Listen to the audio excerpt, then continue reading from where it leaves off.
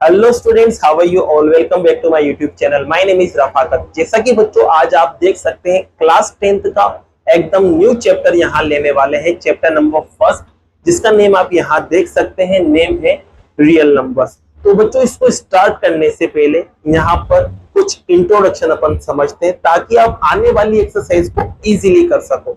तो बच्चों सबसे पहले लेते हैं यहाँ पर इंट्रोडक्शन। तो इंट्रोडक्शन बच्चों स्टार्ट करते हैं कहाँ से? रियल नंबर्स से। अब देखिए बच्चों, रियल नंबर्स अगर आपसे पूछ लेना, वैसे एग्जाम में भी आया हुआ है रियल नंबर्स क्या होता है, मैं आपको भी आगे बताने वाला हूं कि इसे कैसे पूछा गया था। तो समझते हैं सबसे पहले रियल नंबर्स को। तो रियल नंबर्स बच्चों एक तरह से कॉम्बिनेशन होता है। क्या होता है बच्चों? कॉम्बिनेशन। अब ये कितनी चीजों का? दो चीजों का कॉम्बिनेशन होता है। पहला तो होता है बच्चों आपके पास रेशनल नंबर और दूसरा आपके पास होता है बच्चों इर्रेशनल नंबर। ठीक है, तो आप बोल सकते हैं real number is the combination of rational and irrational. बस इतना सा आप बोल देना, ठीक है, आपको पता चल जाएगा रियल नंबर्स क्या होता है। अब देखिए बच्चों, यहाँ पर ये रेशनल आ चुका है और एक इरेशनल आ चुका है। आपने इसे क्लास 9 के अंदर अच्छे से पढ़ा होगा। अगर नहीं पढ़ा है तो थोड़ा वेट करना, एक्सरसाइज इसी 1.2 स्टार्ट होगी तो मैं वहां पर बताऊंगा आपको कि रेशनल क्या होता है, इरेशनल क्या होता है। बस अभी तो आपको इतना सा ध्यान रखना है कि रियल नंबर्स क्या है। तो real number is the combination of rational and irrational. अब देखिए बच्चों, यहाँ पर से बोर्ड में क्वेश्चन कैसे बना था? तो बोर्ड में जो क्वेश्चन बना था ना, वो बना था फिल इन द ब्लैंक्स की फॉर्म में। किसमें बना था बच्चों? Fill in the blanks. अब फिल इन द ब्लैंक्स में पूरी लाइन लिखी हुई थी, real number is the combination of rational and dot dot dot dot लिखा हुआ था, मतलब फिल इन द ब्लैंक्स लिखा हुआ था। तो आपको यहाँ पर रेशनल दे रखा था, फिल इन द ब्लैंक्स में आपके पास क्या आना था? इरेशनल आना था। ठीक है, तो आपको रियल नंबर समझ में आ गया होगा। अब देखिए बच्चों, इसी के अंदर जो आप चैप्टर पढ़ेंगे तो इसमें एक थ्योरम भी आती है, उस थ्योरम को भी समझ लेते हैं। अब थ्योरम क्या है बच्चों? तो थ्योरम में आपके पास नेम लिख देता हूं मैं यहाँ पर, देख लेना, फंडामेंटल थ्योरम ऑफ अरिथमेटिक। ठीक है बच्चों, ये आपके पास थ्योरम है। आप चाहे तो बुक में देख लेना, सेम थ्योरम लिखी हुई है। इसको मैं आपको समझा देता हूं। अब इसके स्टेटमेंट को समझते हैं, ये क्या कहता है। ये कहता है बच्चों की कोई सा भी आप क्या ले लो, कंपोजिट नंबर ले लो। ये लो बच्चों, मैंने कोई भी एक कंपोजिट नंबर ले लिया। अब कंपोजिट नंबर क्या होता है ये भी आपको पता नहीं होगा, तो समझते हैं। देखो कंपोजिट क्या होता है, पहले इसको समझते हैं। अपन कह सकते हैं ऐसा नंबर जिसमें दो या दो से ज्यादा क्या हो, फैक्टर हो। क्या बच्चों? दो या दो से ज्यादा फैक्टर हो, उसको अपन बोलते हैं कंपोजिट नंबर। मतलब a number which have two or more than two factors is called composite number. अब देखिए इसका एग्जांपल से भी समझते हैं। जैसे कि एग्जांपल लेते हैं यहाँ पर आप, जैसे कि बच्चों मैंने यहाँ पर लिया समझने के लिए सबसे छोटा नंबर, वो है 6। ये कंपोजिट नंबर है। क्यों? क्योंकि इसके अंदर जब फैक्टर करेंगे ना तो दो या दो से ज्यादा इसके फैक्टर आ सकते हैं। जैसे कि देखो, आपको पता है आप बचपन से 6 का फैक्टर करते हुए आ रहे हैं, वो होता है 2 मल्टीप्लाई बाय 3, सबको पता होगा। अब देखिए बच्चों, यहाँ पर आते हैं इस कहानी पे। कंपोजिट नंबर का मतलब आपको समझ में आ गया। देखो यहाँ पर आप देख सकते हो दो से ज्यादा फैक्टर हो रहे हैं, सॉरी दो ही फैक्टर हो रहे हैं। या फिर आप यहाँ पर एक और नंबर ले लो, जैसे कि मैंने लिया 18। तो 18 के अंदर बच्चों आप इसके फैक्टर करेंगे तो 2 मल्टीप्लाई बाय 3 मल्टीप्लाई बाय 3। देखो यहाँ पर तो दो फैक्टर आ रहे थे, यहाँ पर 3 फैक्टर आ रहे हैं। तो आप कंपोजिट नंबर समझ गए। अब कंपोजिट नंबर समझ गए तो आते हैं हेडिंग पर। अब फंडामेंटल थ्योरम क्या कहती है? फंडामेंटल थ्योरम कहती है कि कोई सा भी कंपोजिट नंबर लो, उस कंपोजिट नंबर को आप लिख सकते हो किसकी फॉर्म में? प्रोडक्ट की फॉर्म में। अब प्रोडक्ट किसका होना चाहिए? तो प्रोडक्ट होना चाहिए बच्चों प्राइम नंबर का। किसका होना चाहिए बच्चों? प्रोडक्ट प्राइम नंबर का। तो फंडामेंटल थ्योरम ने क्या कहा? Every composite number can be express as a product of prime number. अब समझाता हूं इस कहानी को। जैसे कि बच्चों कंपोजिट नंबर आपके पास 6 था, तो देखो मैंने यहाँ पर 6 को जैसे फैक्टर किया तो उसका प्रोडक्ट बना। प्रोडक्ट का मतलब मल्टीप्लाई की फॉर्म में आया। देख सकते हो यहाँ पर मल्टीप्लाई की फॉर्म में आ रहा है, आ रहा है दोनों जगह। तो देखो ये प्रोडक्ट ही कहलाएगा मल्टीप्लाई की फॉर्म में। तो ये मल्टीप्लाई की फॉर्म में लिख रहा है, मतलब प्रोडक्ट की फॉर्म में लिख रहा है। और ये प्रोडक्ट भी किनको होना चाहिए? प्राइम नंबर का। तो देख सकते हैं बच्चों, ये जो 2 है ना वो प्राइम होता है, आपको सबको पता है। 3 भी क्या होता है? प्राइम होता है। तो कहने का मतलब कंपोजिट नंबर को आपने प्रोडक्ट में लिखा, किसका? प्राइम नंबर के। ऐसे यहाँ पर देखो ये भी कंपोजिट नंबर था, इसको वापस से प्रोडक्ट में लिखा, वो भी किसके? प्राइम नंबर के। तो बस ध्यान रखना है थ्योरम का मतलब क्या था। थ्योरम का मतलब सीधा सा था, कंपोजिट नंबर को आप प्राइम नंबर के प्रोडक्ट की फॉर्म में लिख सकते हैं। ये आपके पास फंडामेंटल थ्योरम कहती है। ये बात आपको समझ आ गई होगी। अब जैसे बच्चों अपन एक्सरसाइज 1.1 पे आएंगे ना, तो वहां पर आपके पास एलसीएम और एचसीएफ का जिक्र होगा। अब आप सभी बच्चों को एलसीएम और एचसीएफ निकालना बहुत अच्छे से आता है। क्यों? क्योंकि आपने 7 से सीखते हुए आ रहे हैं, 7th क्लास से आप सीखते हुए आ रहे हैं कि एलसीएम कैसे निकलता है, एचसीएफ कैसे निकलता है। लेकिन आज तक बच्चों को मीनिंग पता नहीं है कि एलसीएम क्या होता है और एचसीएफ क्या होता है। तो उसके मीनिंग को आज अपन यहाँ पर समझते हैं कि एलसीएम क्या है और एचसीएफ क्या है। तो पहले इसको रफ करते हैं और समझते हैं अब एलसीएम और एचसीएफ के मीनिंग को। ठीक है बच्चों, तो एक तरफ तो अपन कहानी लिखते हैं एलसीएम की और दूसरी तरफ अपन कहानी लिखते हैं एचसीएफ। तो यहां पर बच्चों फुल फॉर्म आप सभी को पता होगी कि एलसीएम जो होता है वो होता है लोवेस्ट कॉमन मल्टीपल और एचसीएफ जो होता है वो होता है हाईएस्ट कॉमन फैक्टर।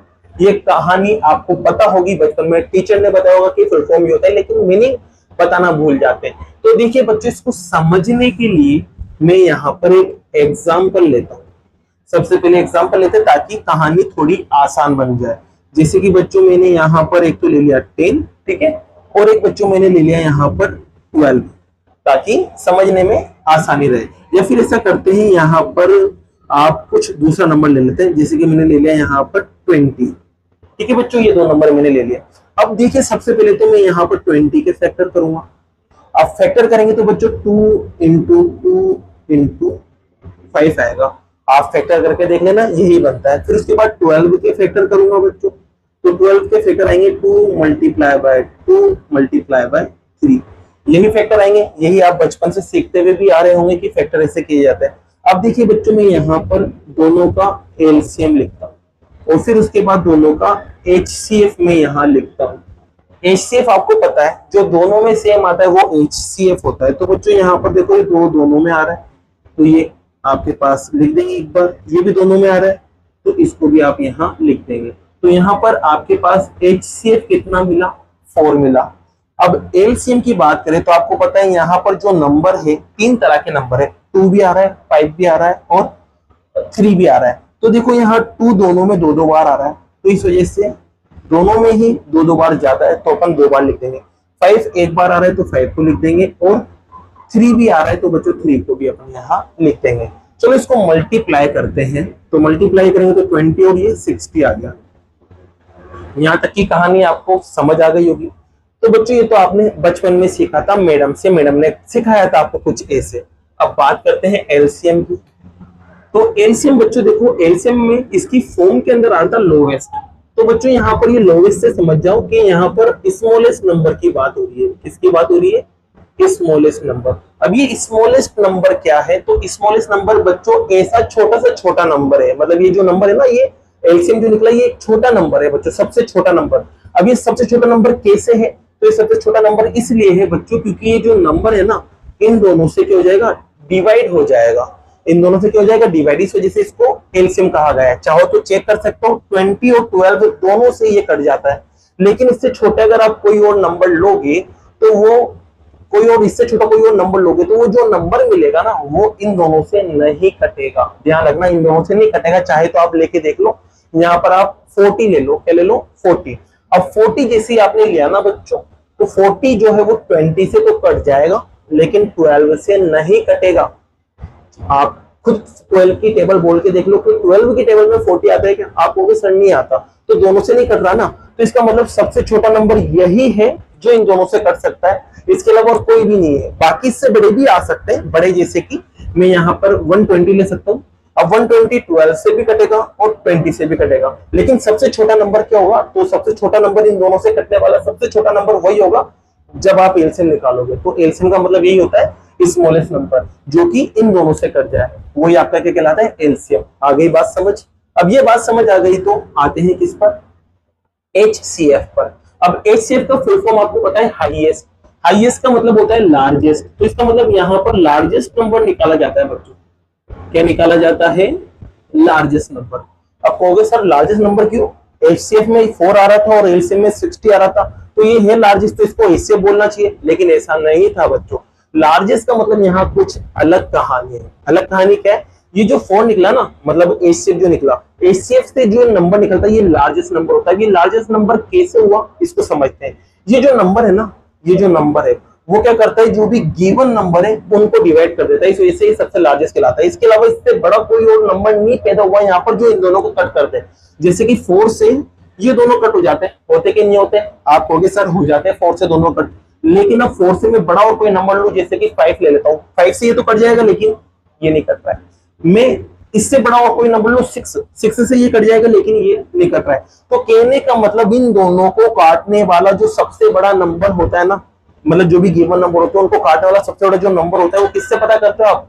HCF से पता करते हो। तो HCF एक तरह से हाईएस्ट नंबर है जो कि क्या कर सकता है, इन दोनों को काट सकता है। ये सबसे बड़ा नंबर है, इससे छोटे नंबर भी हो सकते हैं जो इन दोनों को काट सकते हैं, लेकिन इससे बड़ा कोई नहीं जाएगा। अब छोटे नंबरों में समझाता हूँ, जैसे कि 2 ले लो, तो दोनों को काट सकते हैं ना, लेकिन सबसे बड़ा जो इन दोनों को काटने वाला था वो HCF से मिलेगा आपको। तो आपको LCM और HCF समझ आ गया होगा बच्चों। तो अब इसको रफ करते हैं और लेते हैं एक्सरसाइज 1.1 को।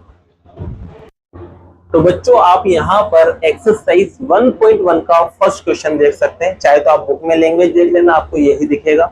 आपके पास देखिए क्या कहा गया है, आपको एक्सप्रेस करने के लिए कहा गया है, मतलब शो करने के लिए बोला है। अब क्या शो करने के लिए बोला है आपको प्रोडक्ट की फॉर्म बनाना है, वो भी किसी प्राइम फैक्टर की। जो भी ये नंबर है ना, इन नंबर को आपको प्रोडक्ट की फॉर्म में लिखना है, वो भी किसका? प्राइम फैक्टर की शक्ल में। एक तरह से यहाँ पर arithmetic fundamental theorem of arithmetic की बात हो रही, जैसा कि मैंने आपको इंट्रोडक्शन में बताया था। क्या बताया था कि जो भी कंपोजिट नंबर होता है उसको आप फैक्टर की फॉर्म में लिख सकते हो, मतलब प्रोडक्ट की फॉर्म में लिख सकते हो, वो भी किसके? प्राइम नंबर के। तो यहाँ पर भी वही काम करना है, मतलब आपको इन सबका फैक्टर करना है और इसके बाद इसको आपको क्या करना है? प्राइम नंबर की प्रोडक्ट की फॉर्म में लिख देना है। तो बच्चों देखिए यहाँ पर सबसे पहले फर्स्ट पार्ट को उठाते हैं और यहाँ पर 140 लिखा हुआ है, तो 140 के मुझे फैक्टर करना है। तो देखिए बच्चों यहाँ पर आपने बचपन से सीखते आ रहे होंगे कि कब कोई भी नंबर 2 से कट होता है। जैसे कि आपको पता है लास्ट में अगर नंबर जो है या लास्ट का जो डिजिट जो है बच्चों, अगर वो आपको 0 दिख जाए, 2 दिख जाए, 4 दिख जाए और 6 या फिर 8, तो इस कंडीशन में वो 2 से डिवाइड हो जाता है, आपको पता होगा। तो यहाँ पर देखो 0 आ रहा है, इसका मतलब ये 2 से कट जाएगा, तो 2 से कट करते हैं, तो ये 7 टाइम और ये 0 टाइम। फिर देखो ये से 2 से फिर कट कर सकते हैं क्योंकि पीछे 0 आ रहा है, तो 3 और 5 टाइम। अब बच्चों ये किससे कट होगा? ये 5 से कट होगा। एक और बात बता देता हूं मैं आपको, अगर डिजिट का सम, क्या बच्चों? डिजिट का सम जो है वो डिवाइड हो जाए किससे? 3 से। डिजिट का सम अगर 3 से डिवाइड हो जाए तो जो नंबर है वो भी डिवाइड हो जाता है किससे? 3 से।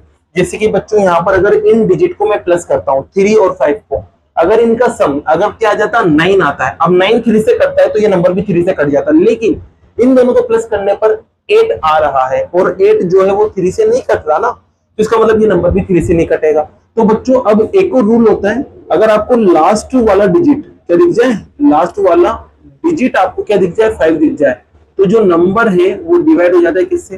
5 से। तो 5 वाला रूल लगेगा, तो इसका मतलब ये 5 से डिवाइड हो जाएगा कितनी बार? 7, और 7 से 7 1 टाइम। तो यहाँ पर 140 के जब आपने फैक्टर निकाले तो आए 2 multiply by 2 multiply by 5 multiply by 7, ये आपका आंसर है। या फिर इसको आप ऐसे भी लिख सकते हो, जैसे कि यहाँ 2 जो है ना वो 2 बार आ रहा है, तो 2 पे पावर 2 लिख सकते हैं, 5 एज इट इज और 7 एज इट इज, दोनों ही करेक्ट है, जैसा आपको अच्छा लगे। ठीक है, तो आपको 140 समझ आ गया हो, तो सेकंड पार्ट को लेते हैं। इसमें लिखा हुआ है सेकंड पार्ट में 156, तो 156 के बच्चे देखो फैक्टर करते हैं यहाँ पर, ये लोग 156, लास्ट वाला नंबर देखो 6 आ रहा है, और जब भी 6 आ जाए तो वो 2 से कट होता है।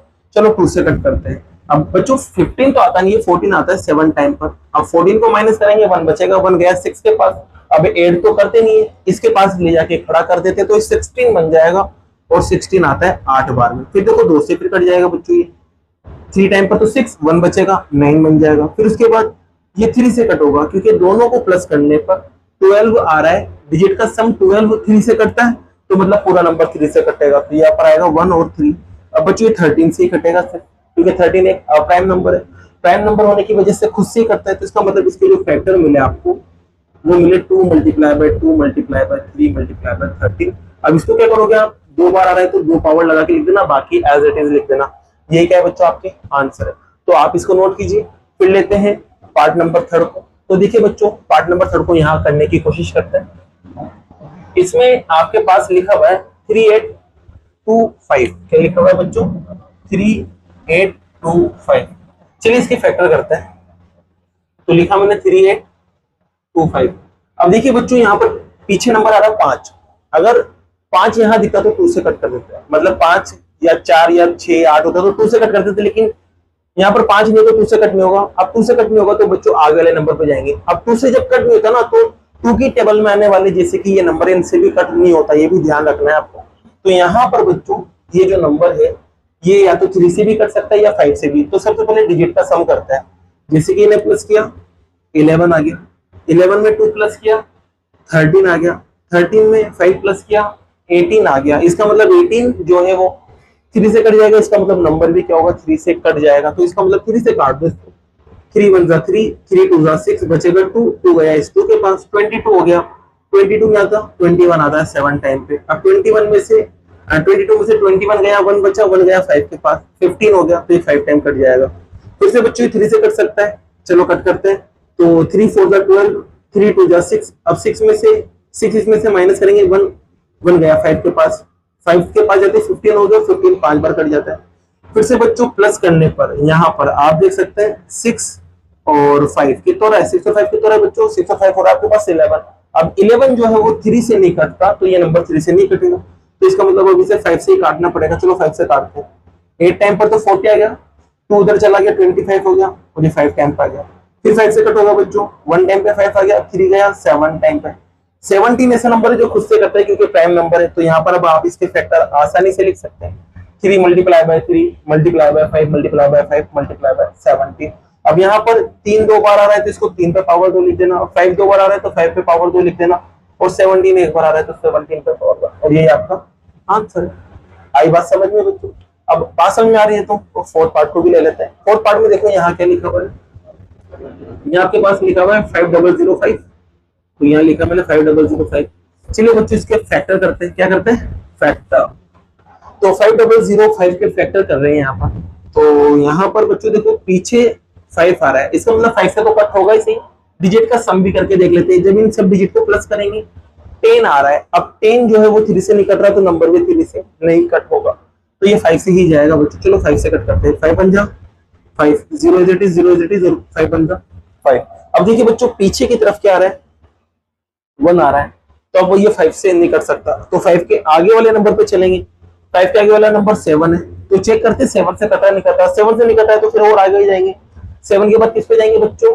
8 पे नहीं जाएंगे, क्योंकि ये 2 से नहीं कट रहा तो 8 से भी नहीं कटेगा। फिर 9 पे, 9 पे भी नहीं जाएंगे बच्चों, जब कोई नंबर 3 से नहीं कटता तो वो 9 से नहीं कटता। 9 के बाद डायरेक्ट 11 पे जाएंगे, फिर 11 के बाद 13 पे जाएंगे, फिर ऐसे आगे प्राइम नंबर पे जाते जाएंगे आप धीरे धीरे। तो यहाँ पर बच्चों सबसे पहले चेक करते 7 से, तो 7 से कट रहा नहीं करता। इसके बाद देखो तो 7 1 7 बचेगा 3, 3 जैसे बचेगा इसके पास गया 30 हो गया, 30 नहीं आता 28 आता है, 2 बचेगा 2 इसके पास गया 21, मतलब 7 से कट रहा बच्चों ये। 7 1 7, यहाँ से बचेगा 3, 3 गया 0 के पास, 30 हो चुका है। 4 टाइम पे 28 आता है, 28 30 में से गया, 2 बचा 2 गया 1 के पास, 21 हो गया। 21 आता है कितनी बार बच्चों? 3 की टेबल में, सॉरी 7 की टेबल में 3 बार। अब बच्चों यहाँ पर ये नंबर कट ही नहीं रहा है 7 से। क्यों नहीं कट रहा है? क्योंकि 2 टाइम पे 14 आ जाएगा लेकिन 3 नहीं आता, तो मतलब काम खत्म। अब बच्चों 7 के बाद डायरेक्ट आपको छलांग लगानी होती है 11 पे, ध्यान रखना, क्योंकि 7 के बाद 8 को नहीं देखते, 9 को इसलिए नहीं देखते क्योंकि 3 से नहीं कटा, 10 को इसलिए नहीं देखते क्योंकि 2 से नहीं कटा, तो 10 से भी नहीं कटेगा, तो 11 ही अपना अगला प्राइम नंबर है। तो 11 पे छलांग लगाते, चेक करते कट रहा है नहीं कट रहा है। तो 11 बनता 11, बचेगा 3, 3 इसके पास गया 33, और 33 आता है 13 3 टाइम, ठीक है, और 13 प्राइम नंबर है, खुद से कटेगा। तो यहाँ पर अब इसके आप फैक्टर इजीली लिख सकते हो ना, 5 इंटू 7 इंटू 11 इंटू 13, वही आपका क्या रहेगा बच्चों? आंसर रहेगा। तो ये क्वेश्चन भी आप नोट कीजिए। फिर लेते हैं पार्ट नंबर 5th। तो 5th पार्ट को देखते हैं। यहाँ पर इसमें बच्चों लिखा हुआ है आपके पास 7429, ठीक है, तो इसको अपन चेक करने जा रहे हैं यहाँ पर। तो सबसे पहले बच्चों इसके फैक्टर ही तो करना है बस आपको, और आंसर आपका आपके सामने आ जाएगा। तो यहाँ पर देखो इसका फैक्टर कर रहे हैं, तो सबसे पहले बच्चों डिजिट का सम करो। तो डिजिट का जैसे सम किया बच्चों मैंने, यहाँ पर इन दोनों को प्लस करने पर 11 आ गया, 11 में 2 प्लस करा 13 आ गया, और 13 में 9 प्लस करा 22 आ गया। 22 3 की टेबल में नहीं आता, मतलब ये नंबर भी 3 से नहीं कटेगा। अब 3 के बाद 5 पे आते हैं, 5 का रूल होता है पीछे 5 होना चाहिए, तो 5 से भी नहीं कट रहा है। अब अगला नंबर है 7, क्योंकि 7 के बाद फिर 11 पे जाना है डायरेक्ट, तो देखते 7 से कट रहा है क्या, 7 × 7, फिर इन दोनों को शामिल कर लेंगे, 42 भी 7 के टेबल में आता है, लेकिन 9 7 से नहीं कटता, तो इसका मतलब ये 7 से भी नहीं कट रहा है। 7 के बाद डायरेक्ट छलांग मारो किस पे, 11 पे। 11 को चेक करते हैं, तो 66 आएगा बच्चों, 77 आता है या 66 आता है, तो 66 लेंगे। अब 66 माइनस करेंगे यहां से, तो आपको पता है कितना बचेगा, 8। क्या बचेगा, 8। अब 8 जो है वो 2 के पास जाएगा, 82 हो जाएगा। अब 82 नहीं आता, 77 आता है 11 की टेबल में, या फिर 88 आता है, 88 ज्यादा हो जाएगा। 77 को माइनस करेंगे कितना बचेगा, आपके पास बचेगा 5 इसके पास जाएगा, 9 के पास 59 हो जाएगा। 59 11 की टेबल में नहीं आता, इसका मतलब ये 11 से भी खत्म। 11 से खत्म है तो बच्चों चलो 13 पे आते हैं। चलो 13 की टेबल लेते हैं। अब 13 की टेबल बच्चों यहाँ पर आपको पता है 5 टाइम पर जब आप लोगे ना तो 65 आएगा। 65 इसमें से माइनस करेंगे तो 9 बचेगा, 9 जाएगा 2 के पास, 92 हो जाएगा। अब बच्चों 13 की टेबल में आपको पता है 91 आता है, क्या आता है 91। 7 टाइम जब आप 13 की टेबल लोगे ना तो 91 आएगा, 91 माइनस करोगे 1 बचेगा, 1 जाएगा 9 के पास, फिर से 19 बन गया, और 19 जो वो 13 की टेबल में नहीं आता, तो मतलब ये 13 से भी काम खत्म। तो बच्चों 13 के बाद आपके पास अगला प्राइम नंबर ढूंढो, तो 13 के बाद 14 प्राइम नहीं है, 15 प्राइम नहीं है, 16 नहीं है, 17 प्राइम है। चलो 17 से चेक करते हैं। 17 की टेबल तो मुझे भी पता नहीं, चलो बनाते हैं। तो बच्चों 17 की टेबल, चलो यहाँ पर अगर मैं 4 टाइम लेता हूँ, क्या लेता हूँ 4 टाइम, तो 4 टाइम पे देखते क्या बनता है, आपके पास आएगा 28, उसके बाद यहाँ गया 2, उसके बाद 4 हो गया 6। सही है बच्चों, ऑलमोस्ट इसके आसपास आया। अब जैसे इसमें से मैं माइनस करूंगा 68 को, तो कितना बचेगा, 6 बचेगा, 6 जाएगा 2 के पास। अब बच्चों चलो इसकी टेबल आप 3 बार लेते हैं, 3 बार तो मुझे पता है क्या आता है 51। 51 इसमें से माइनस करूंगा ना तो कितना बचेगा बच्चों, यहाँ से बचेगा 11। 11 जो है वो 9 के पास जाएगा तो 119 हो जाएगा। हाँ बच्चों 17 की टेबल अगर 7 टाइम बोल दो तो 119 आता है। चलो बोल के देखो, 49 और 11 आ गया ना। तो इसका मतलब ये है कि आपको सबसे पहले 17 से काटना पड़ेगा। यहाँ पर कितनी बार लोगे, 4 बार। 4 बार पर क्या मिलेगा, 68। 68 को इसमें से माइनस करोगे कितना बचेगा, 6। 6 जाएगा 2 के पास, क्या बन जाएगा 62। अब 62 17 की टेबल में नहीं आता, लेकिन 51 उससे छोटा आता है, कितनी बार में, 3 बार में। अब 51 को इसमें से माइनस करोगे कितना बचेगा, 11। 11 जाएगा 9 के पास, कितना बच जाएगा 119। और 119 17 की टेबल में कितनी बार आता है, 7 टाइम। तो इतनी बार ये कट होगा बच्चों, ठीक है। फिर से चेक करते हैं 17 से कट रहा है नहीं कट रहा है। तो देखो बच्चों 17 की टेबल अगर 2 बार बोलता हूं मैं तो 34 आएगा।